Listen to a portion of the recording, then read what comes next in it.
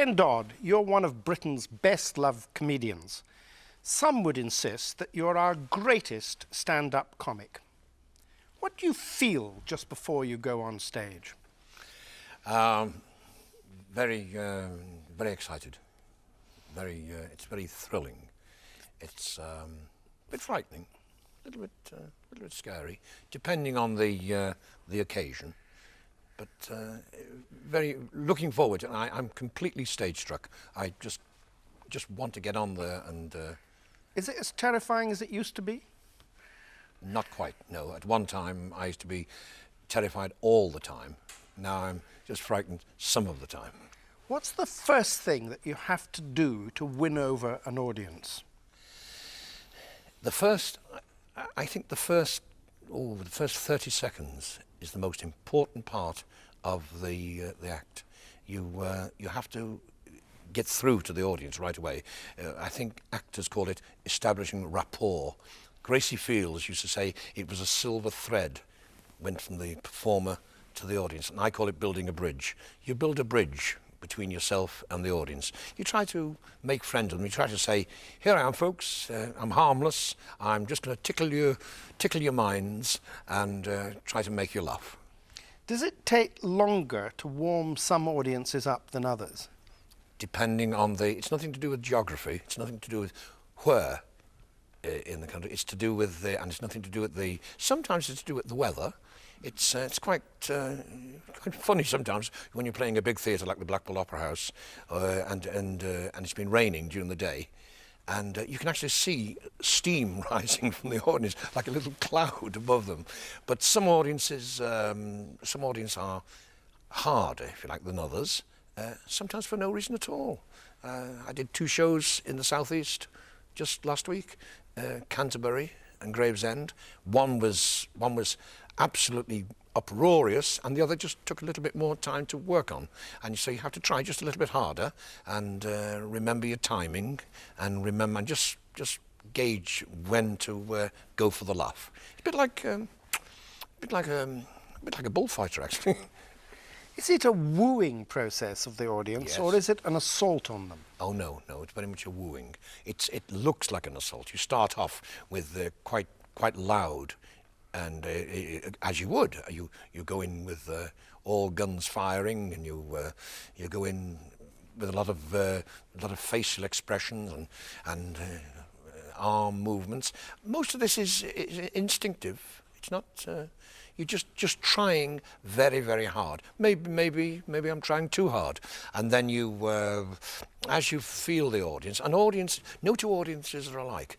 I've been 40 years in show business. I always say I've never done the same show twice, because every audience is different, a different permutation of personalities. So and you can see where the audience is quiet, where the audience are quite lively. So you have to coax these people and just keep them on the boil. Are you trying to control them? Yes, very much. It's you're part comedian, part actor, and part orator.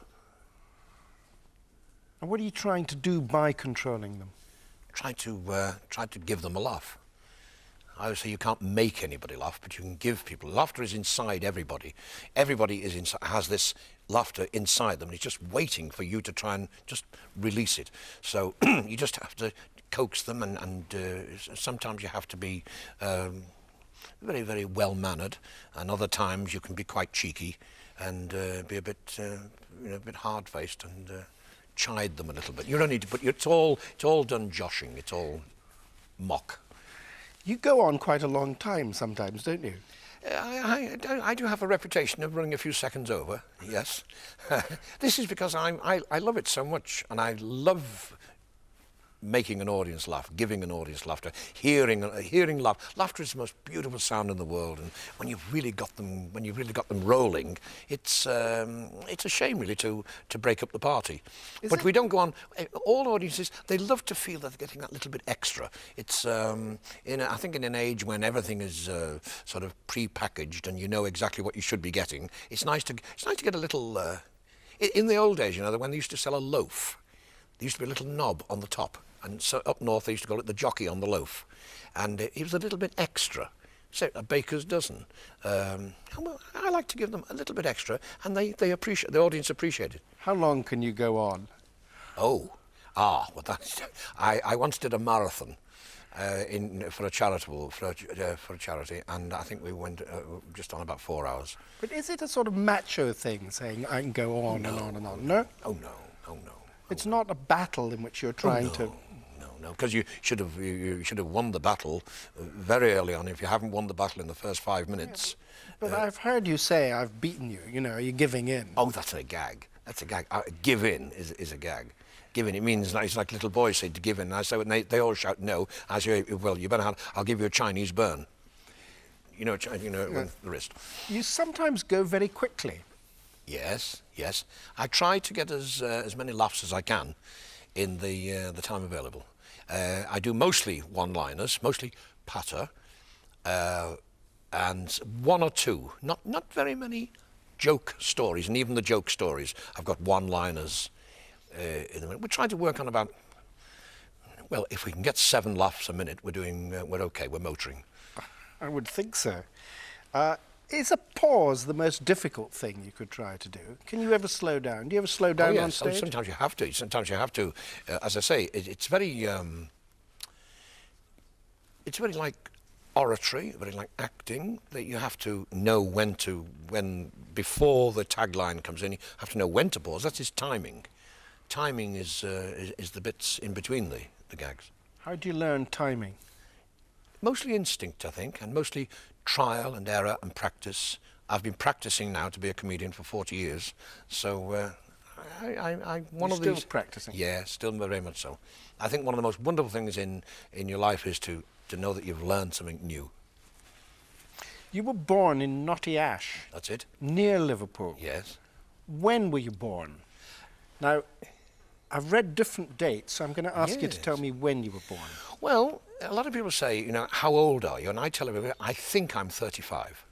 Yeah, but you're not 35. I think I'm 35 because I think a man is as old as he thinks he is, and my brain is 35, and I feel that like I'm 35. And when I was 35, I had some marvellous times, and my personality and my conscious life was wonderful, so I'm 35. You're not going to tell me when you were born. I was. When you ask a comedian a question, you might get 2 answers. You'll get the comedian's answer, because he desperately wants to impress you, desperately wants to make you laugh, and then you'll get the truth. So the comedian's answer: I was born at a very early age, so I had to be near to my mother, and I was born one day when we were so poor the lady next door had me. They're the sort of. I was very clever. I was a clever baby. When I was 6 months old, I could walk. The bottom fell out of the pram. You said the implication of that is that there are 2 people: the comedian and the real you. Yes, indeed. Yes. Is that right? Yes, that's correct. Yes. How different is the real you from the comic? I think he'd like to be like the comic. He'd like to be sort of the hail fellow well met. He'd like to be the laughing chap all the time, full of happiness, all that. But of course it isn't, because life has its trials and tribulations, and I do like to think seriously about certain things, very seriously. Yeah. Now, you're not going to tell me when you were born, whether it was 31 or 29 or 1927, but you are going to tell me who your father was. Yes. Who was he? Arthur Dodd.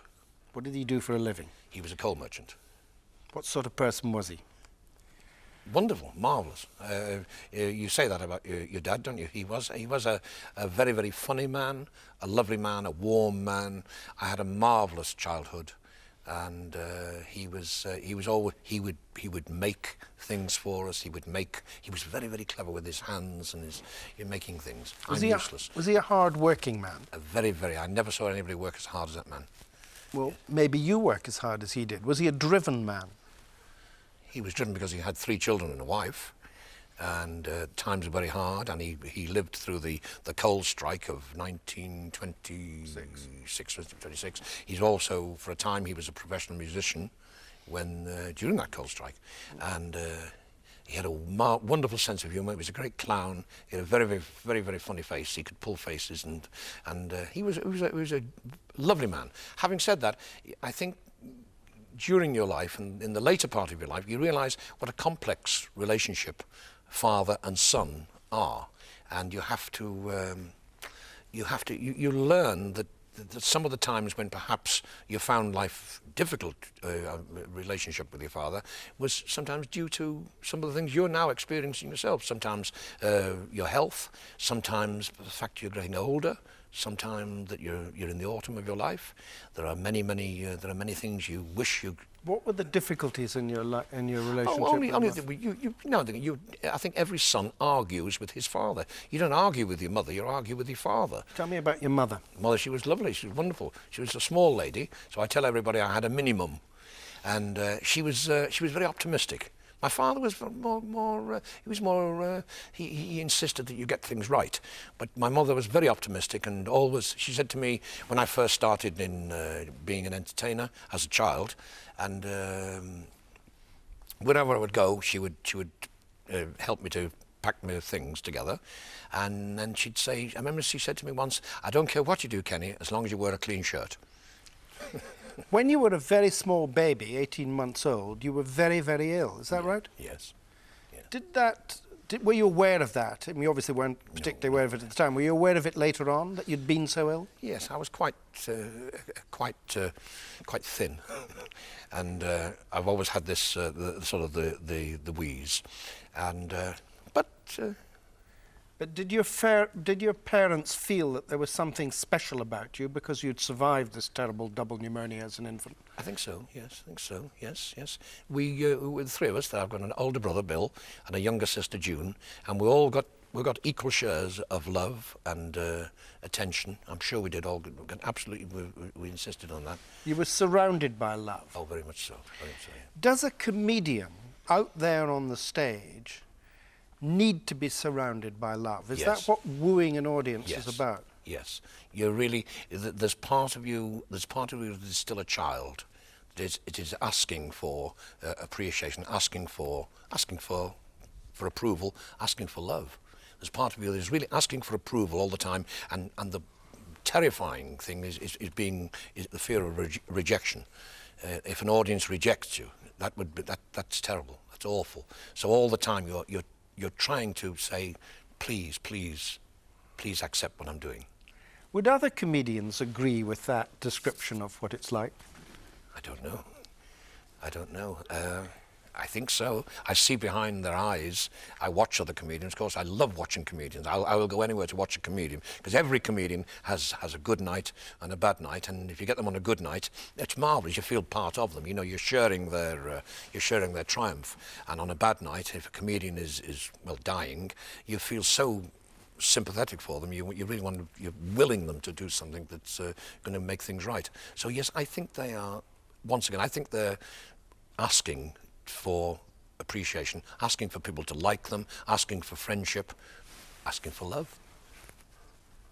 When did you first find out you could make people laugh?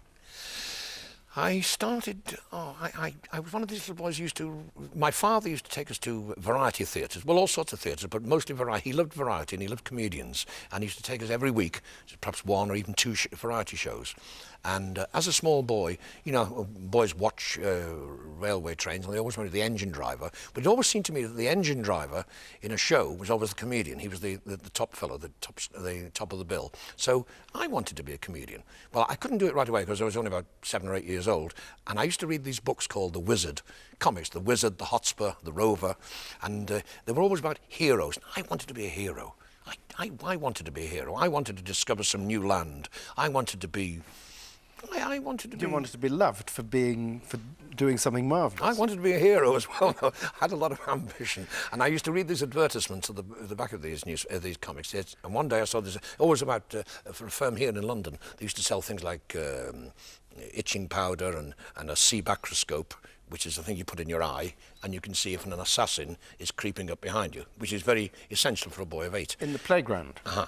So I saw this verse, and one day it said, "Fool your teachers, amaze your friends, send sixpence in stamps, become a ventriloquist." So I did, didn't I? Yes. See? And my father bought me this ventriloquial figure, and I started doing little concerts. My first was at an orphanage just near Knotty Ash, where I live. My dad wrote the script, and that was my first show at about 8. And then I did everything, any school concerts, froth blowers, hot pots, dockers, soirees. I met these people, a lady called Hilda Fallon in Liverpool who ran a concert party, and I joined their troupe, and I did sort of any kind of show we could, any show we get a show. You worked as a salesman for a living at one point in your life. I helped my father in his business for a while with my brother Bill, and then I wanted to be a hero, so I struck out on my own, and I had this sort of hardware business, and I think that's where I learned pots, polishes, and lotions that and sort stuff. of thing. Yeah. Yes. And that was on the knocker on the door. At first, and then I had a shop, and that's how I learned to sell things, and then, well, really to sell yourself, where you learn how to look people in the eye and try to sell things to them, and I think could you it sell? stays with me now, I think. Could you sell me a pot of something if you set Yes, your I mind think to so. it? You could. Yes, I think so. Yes. How did you get your start in show business proper? I as I say, I was doing all these local shows, and then I did one or two shows in theatres. I did a show, for instance, in New Brighton, an RAF Benevolent Fund show once on a Sunday, and an old chap there saw me, a man called Dan Slater, who had been a comic and also been a theatre manager, and he sort of took over my management for a while and got me some theatre shows, just within sort of 50 miles of Merseyside. Then he introduced me to a marvellous man, a wonderful agent called Dave Forrester, who took me on and took me from the Wigan Hippodrome, where I did one of my very first shows, where he saw me. I was a guest artist in a show there. Actually, I didn't know when I signed the contract, it was a nude show, and I was put in as a sort of a guest artist in the second half. And they boasted that they had the only moving nude in the business, because in those days they weren't allowed to move. And it was a young lady was pushed across the stage on a bicycle. So she was a moving nude, and I was on in that show, and he signed me up then on a 6-month probationary contract, and it lasted until 2 or 3 years ago, when he passed away at the age 90. But I always think he was 100 and kept 10% for himself. But he was my age, and he took me from Wigan to the Palladium. Right, and where you had that amazing, successful run. But you were fortunate, it seems to me, that in those days, however long ago those days were, you know, we're getting to the point where we ought to be able to identify these dates. You were fortunate to be working when the music hall tradition in this country, such as at the Wigan Hippodrome, yes, was still alive, was still happening. You could get out there on the boards and earn and work. People call them music halls because there were variety theatres, and music hall was a bit before that. Music hall was where people actually sat in the audience, and more like the clubs.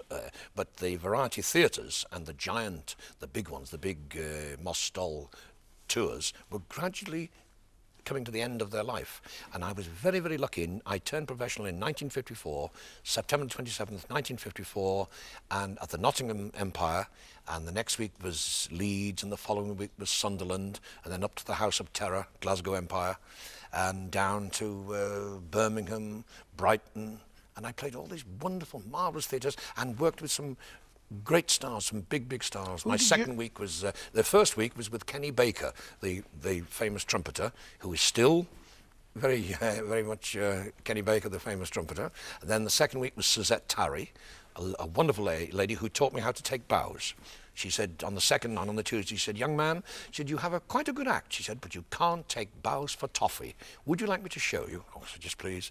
She said, "I shall be here every night when you come off the stage, and you do exactly what I do, what I tell you to do." And so every night for that week, as I come up, she told me when to go on, when to hold back, when to take a long bow, and she taught me how to take bows. Who else did you learn from? I had wonderful heroes to look up to. I think when you're trying to learn anything, when you're trying to study any particular art, I think you sort of look to the best. And I worked with some of the best and some of the kindest people. Jewel and Warris, who were absolutely wonderful to me. Little Arthur Askey, who was my hero. It was like so much energy. It was like seeing a firework display go off. I worked with Ted Ray, who I think was the best stand-up comic of them all. I worked with Max Miller in Brighton. I met Max, and he was a wonderful personality. He was getting rather old then, but he was still a giant. And Tommy Cooper, all the greats. Where could you, or where could a successor to you start now? It would be a very different apprenticeship, wouldn't it? Very. Even allowing for the fact that I believe there are now more theatres in this country than there were 40 years ago. That's an amazing fact, isn't it? A lot of people think the theatres are all gone. There are more theatres now, but they're all smaller theatres. They're all 500-seater, 1,000-seater. Every town, every city worthy of its salt or gritting has its own civic theatre or a theatre run by a trust. And that there are thousands, hundreds, certainly probably thousands of theatres all over Britain. I made a vow that I would play every one, and I'm still probably only halfway through. Have you kept count? Yeah, well, not count. Well, I could, I suppose, if I went through my date sheet, but it's a lot. I've played some strange ones, some up in Shetlands, in the theatre in the Forest, in the Lake District. But all these theatres, and I was very lucky. I was able to play all the big theatres before they closed. I've played some very strange ones too. What's your comedy about? My comedy is about giving people laughter. Yeah, but what's the subject matter of it? Happiness. No, but that's the end effect you're trying to, or you're trying saying to the achieve. The targets. What do you make jokes about? Jokes about mostly all comedy, all humour, all jokes reflect the lives we live. It reflects our lifestyle. That is why a lot of jokes, a lot of American humour, a lot of American doesn't travel very well, and a lot of our humour doesn't travel well over there, and European humour. But it all reflects that. So my jokes are about family life. My act is like a kaleidoscope of humour. I go on first of all, and I try to build the bridge, and I talk about the most important thing in the world. Themselves. What's that? Themselves. Right. Then I talk about the place. I josh the place. I have a little, tease them about the town they live in, the city they live in, about the traffic systems. And I say, this traffic system must be very proud. Nobody will ever find you now. And that works in every city in Great Britain, because every city and every town in Great Britain has a traffic problem. Then I talk about, and gradually you ingratiate yourself into their confidence, so that they trust you. They trust you with their minds. They trust you with their sense of humour, because people are very proud of their sense of humour, and they won't just let anybody tickle them. Then through the act, you gradually get to the stage where you can talk about being very surrealistic. You can talk about men's legs getting very lonely in their trousers in the dark all day. How important is the fantasy language that you invent as a way of... I very rarely... The fantasy language, the tatty-hilariousness and the discomnocerating, and that really is another department. That was more for the zany part of it, and particularly in the children's humour section, the family audience. I'd been professional about, only about 6 months, and I discovered a brand new audience. When I started off, I was a front cloth comic. That's the comic that goes on when they're clear, the Liberty horses are behind. And then I discovered a brand new, the family audience of pantomime, the family audience of summer season, where mums and dads took the children and their aunties and the uncles and the grannies, and you have to find a completely new approach, new subject matter. So I invented these little Diddy Men for the children, and the discomnocerating and the tatty-hilariousty. Okay. It's all trademarks, the hair, the teeth, the fingers, the eyes. They're all trademarks to make you different than any other humorist, different than any other comic. You have to be different. Can a comic be good-looking? If he is, he has to do something about it. And he has to... So the teeth are deliberate. I've always been The teeth are deliberate. You could have had the teeth fixed. Oh, yes. But it would... I didn't know that. I didn't know that until about 10 years ago. I was sitting in a dental surgeon here in London. And he said, well, that's it, Mr. Dodd. Anything else we can do? I said, well, if you can... laughing, I said, oh, yes. If you can straighten them. Oh, yes, he can do that for you. What? But and then I was left with this dilemma, where my agent nearly had a relapse when I told him I was going to have my teeth straightened. But no, I think you have to be able to go and do all this. Because part of the psychology of humour is to make an audience feel that they're superior to you. You have to learn humility. You have to let people laugh at you. It's very important that you live, and I don't mind people laughing at me. It's fine. It's part of my job. I'm a jester.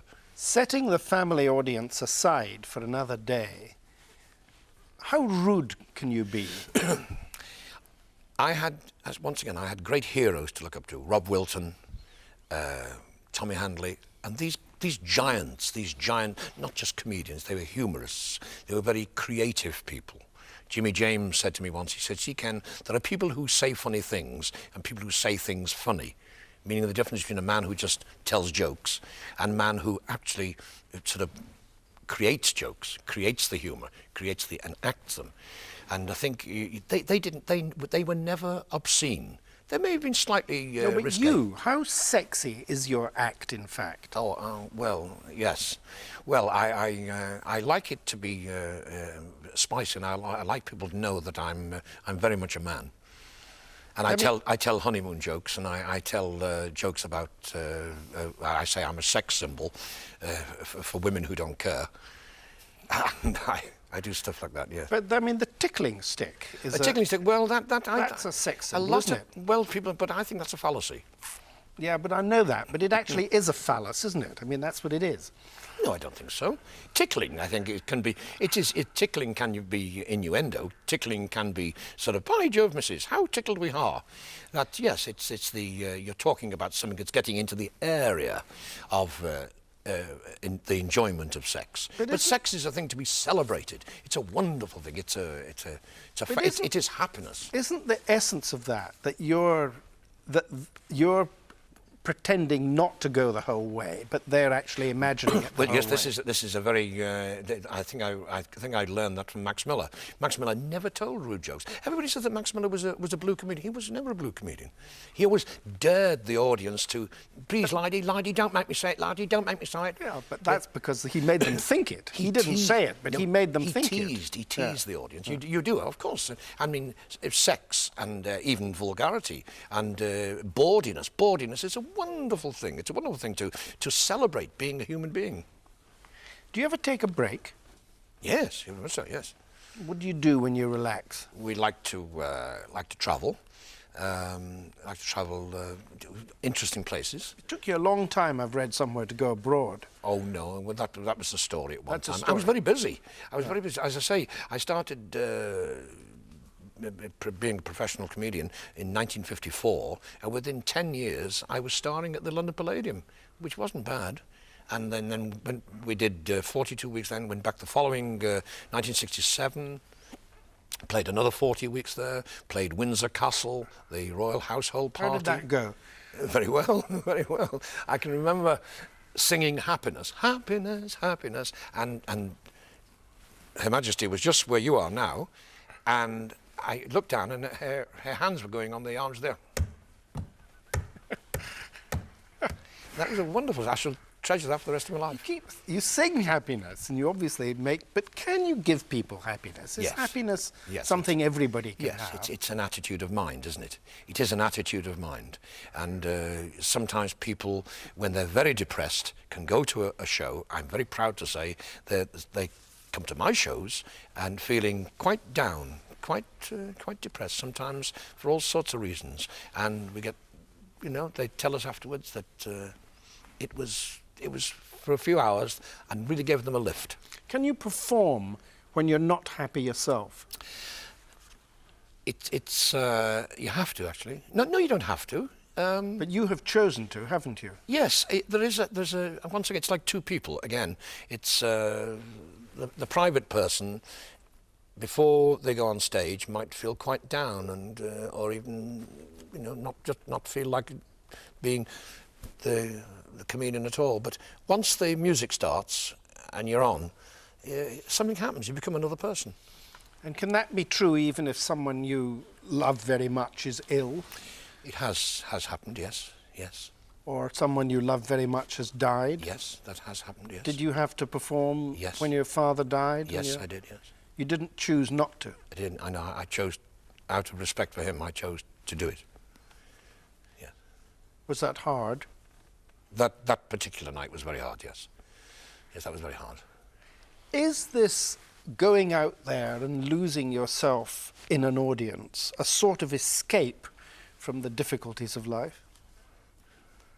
Not from the difficulties, it's an escape to somewhere very, very happy. I enjoy myself. I had a time of my life when I'm on the stage. I really do. I enjoy every second of it. Is the large part of your audiences women? No, I have a very, very wonderful sort of wonderful spread of audiences. We have. It seems to me that a lot of your act is addressed to women. Oh yes, because women do.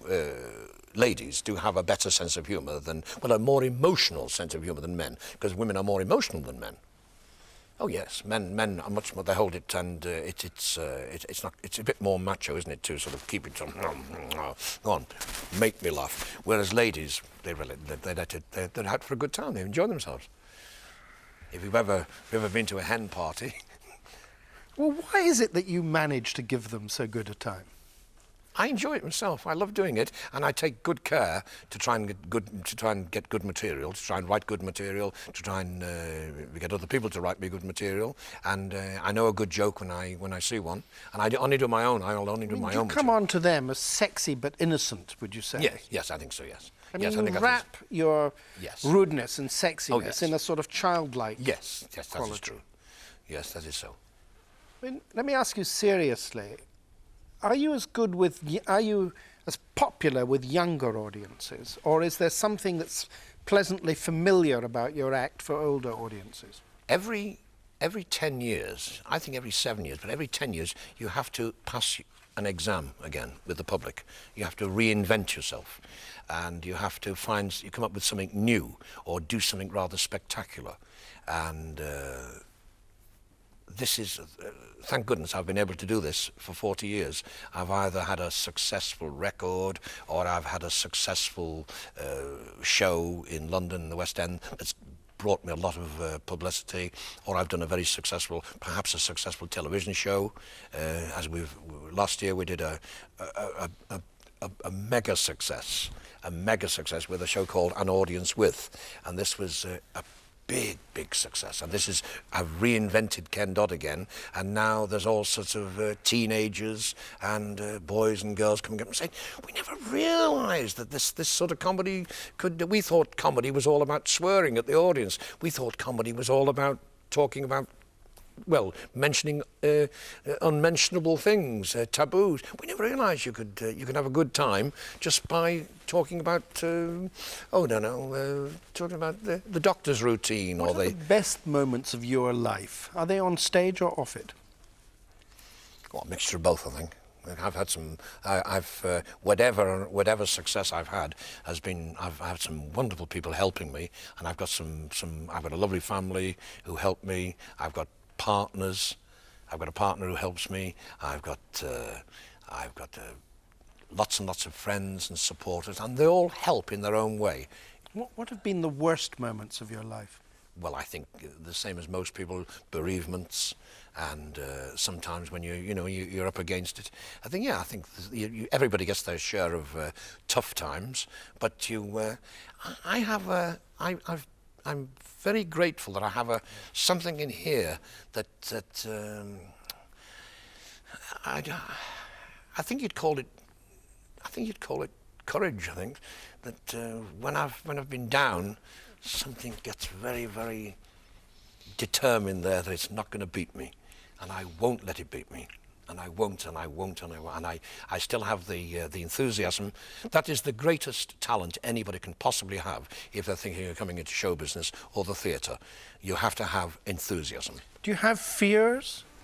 What do you fear in life? I think like most people, I'm blessed with reasonable health, but I'd be frightened of being incapacitated. I'd be frightened of somebody telling me I had a terminal illness. I think I'm frightened. I'm fearful of when the end of my life comes, that maybe maybe I won't have done all the things I'll want to have done, and maybe I'd want to redress one or two things, but Yeah, I think I'm mostly the things that most men and women are frightened of, I think. Are you a believing man? Yes, yes.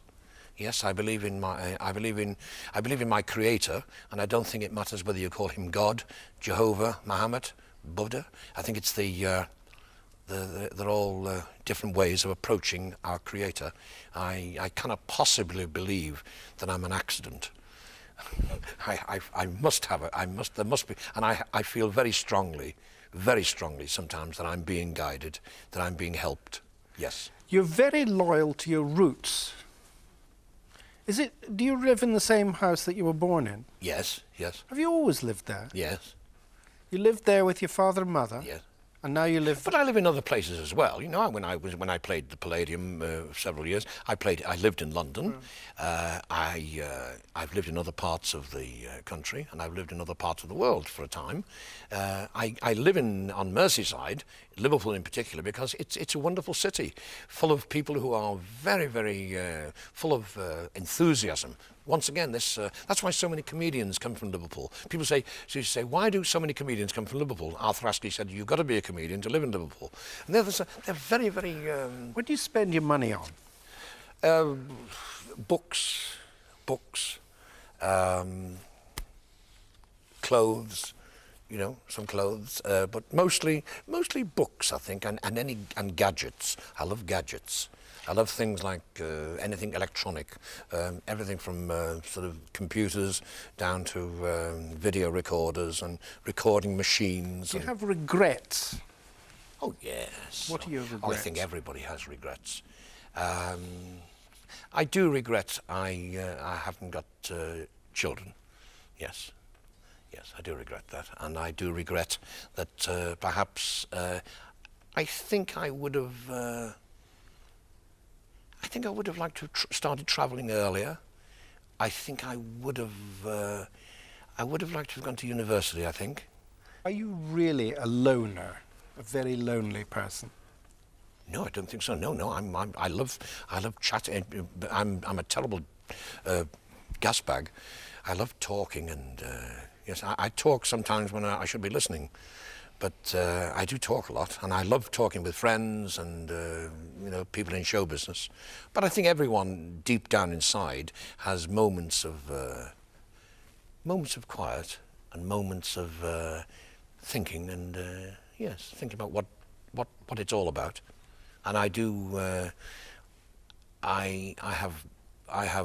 I think, like most people, feelings of compassion for parts of the world that. Shouldn't be the way they are, and for people who shouldn't be in the state they are.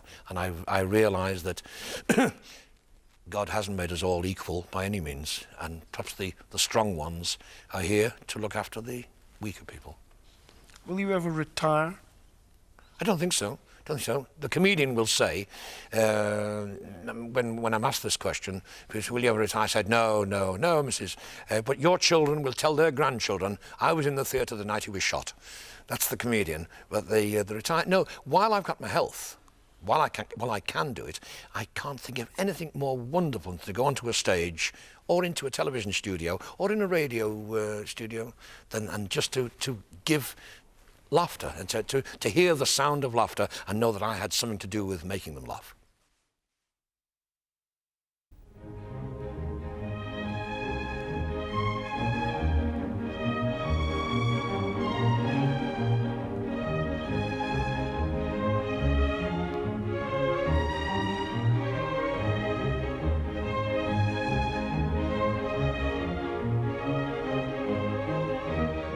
From recent encounters to more memorable moments from the archives, famous faces in conversation, choosing their desert island discs. Listen now on BBC Sounds.